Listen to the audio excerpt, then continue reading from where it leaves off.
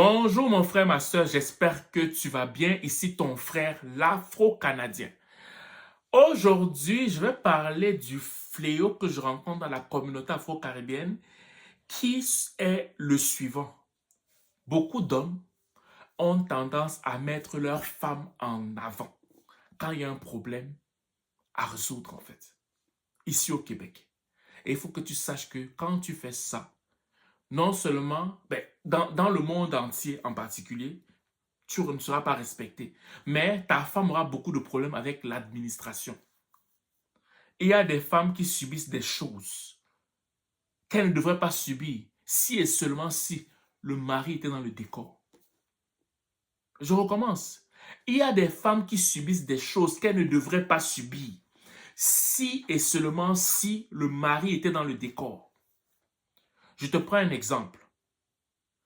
Admettons que tu as un problème avec ton enfant à l'école et que c'est seulement la maman qui se pointe à l'école et que le père ne part jamais à l'école. Du moins, quand il dit qu'il s'en va, c'est juste pour déposer l'enfant et il s'en va. Quand il y a des rencontres de parents d'élèves, c'est toujours la maman. Quand l'enfant est convoqué, c'est toujours la maman. Mais on ne va jamais respecter ni ton enfant, ni la maman. Sauf si la maman n'a pas le choix et qu'elle est maman monoparentale. Tant que le père est dans les parages, c'est le papa qui doit toujours présenter sa tête. Je recommence.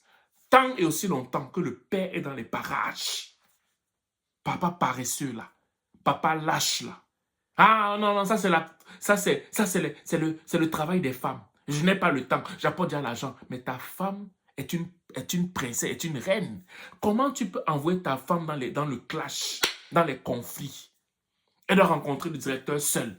Elle doit rencontrer les éducatrices seules. Elle doit rencontrer les professeurs seuls. Tu n'as pas honte? Quel argument tu vas employer pour ça? Non, à un moment donné, il faut arrêter ça. Il faut arrêter. Bref, si maman, si tu veux me parler, que j'entends mal, 514-247-1737. 514-247-1737. Si vous voulez me parler, vous écoutez mes vidéos, elle vous plaît, vous aimez, vous voulez discuter avec moi et tout, ben vous m'écrivez 514, vous me textez là, 514-247-1737. Quand il y a des cas comme ça, papa, s'il te plaît, je t'en supplie, tu n'as pas besoin que ta femme vienne crier. Quand tu entends une, deux fois, présente-toi. Quand tu te présentes, on va respecter ta femme. Quand tu te présentes, je te crois-moi, tu t'imposes. Des fois, tu vas avoir des petites discriminations là qui vont disparaître. Des petits racismes là qui vont disparaître. Si tu te présentes et que ça continue, tu enlèves ton enfant de là. En fait, c'est qu'il y a des luttes qu'il faut des fois éviter. Il y a des combats qu'il faut des fois éviter. Mais il faut quand même avoir d'abord tout essayé. Ne laisse pas ta femme dans le choc. Non, tu es là. Tu n'es pas mort. Pourquoi tu laisses la fille d'autrui dans le choc? Quand elle te dit que, chérie, il y a un truc qui se passe avec l'enfant.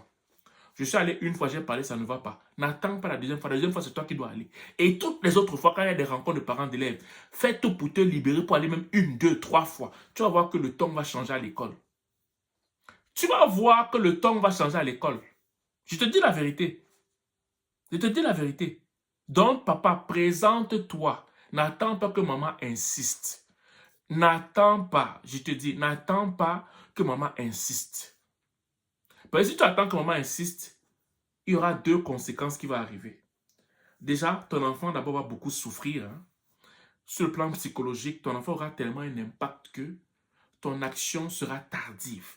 Ça veut dire que même si tu enlèves ton enfant de l'école ou de la garderie, ton enfant sera déjà marqué psychologiquement parlant. Ça veut dire que quand tu le mets dans une autre garderie, psychologiquement parlant, le temps qu'il revienne à lui, il sera déjà marqué. Sur le plan aussi émotionnel de ta femme, on va l'humilier. Il y a des places que, je veux dire, il ou elle ne se rend pas compte, mais on va humilier ta femme et il en va de ton honneur. Il en va de ton honneur, de ton honneur. Et le troisième point, qui est le plus important, c'est la sécurité de ton foyer. Tu ne sais pas qu'est-ce qu'on peut étiqueter à ton enfant. Est-ce que tu vas attendre qu'on te l'enlève parce que tu n'as pas agi quand il faut, ou bien parce que tu n'as pas coordonné l'action avec ta femme? Est-ce que tu veux qu'on t'enlève ton enfant avec tout ce qui est primauté parentale? Non, à un moment donné, il faut pour moi que tu te poses des vraies questions. Parce que si tu ne fais pas ça, non seulement ton enfant va subir, ta femme va subir, mais toi aussi tu peux souffrir parce qu'on peut t'enlever ton enfant. Donc moi, je te sensibilise seulement en te disant que n'attends pas que ta femme insiste pour que tu puisses intervenir quand il s'agit de ton enfant dans l'école, à l'école. N'attends pas. Quand elle te parle une fois, la deuxième fois, c'est toi qui dois être devant là-bas. Et tu vas voir que ça fait une grosse différence. Et si, malgré le fait que tu interviennes et que les choses ne bougent pas, ne bougent toujours pas, enlève l'enfant si tu peux le faire, parce que ça ne sert à rien d'entrer des fois dans des duels inutiles. OK? Moi, j'ai des fois essayé de faire des duels inutiles, ça a simplement amené au désastre. Des fois, mieux vaut, entre guillemets, je veux dire, selon leur façon d'interpréter que non, tu as perdu, eux, ils ont gagné, que d'entrer dans des disputes, des banalités qui n'ont ni tête ni queue, rester dans ça, discuter, oh, mais c'est pas normal, la loi, non, non, tu enlèves ton enfant, tu passes à autre chose. OK? Voilà. Donc, moi, c'est ce que je voulais te partager comme information aujourd'hui. J'espère que ça va t'aider. Sur ce, je te souhaite de passer une excellente journée ou une excellente soirée, dépendant du lieu où tu m'écoutes. Ciao.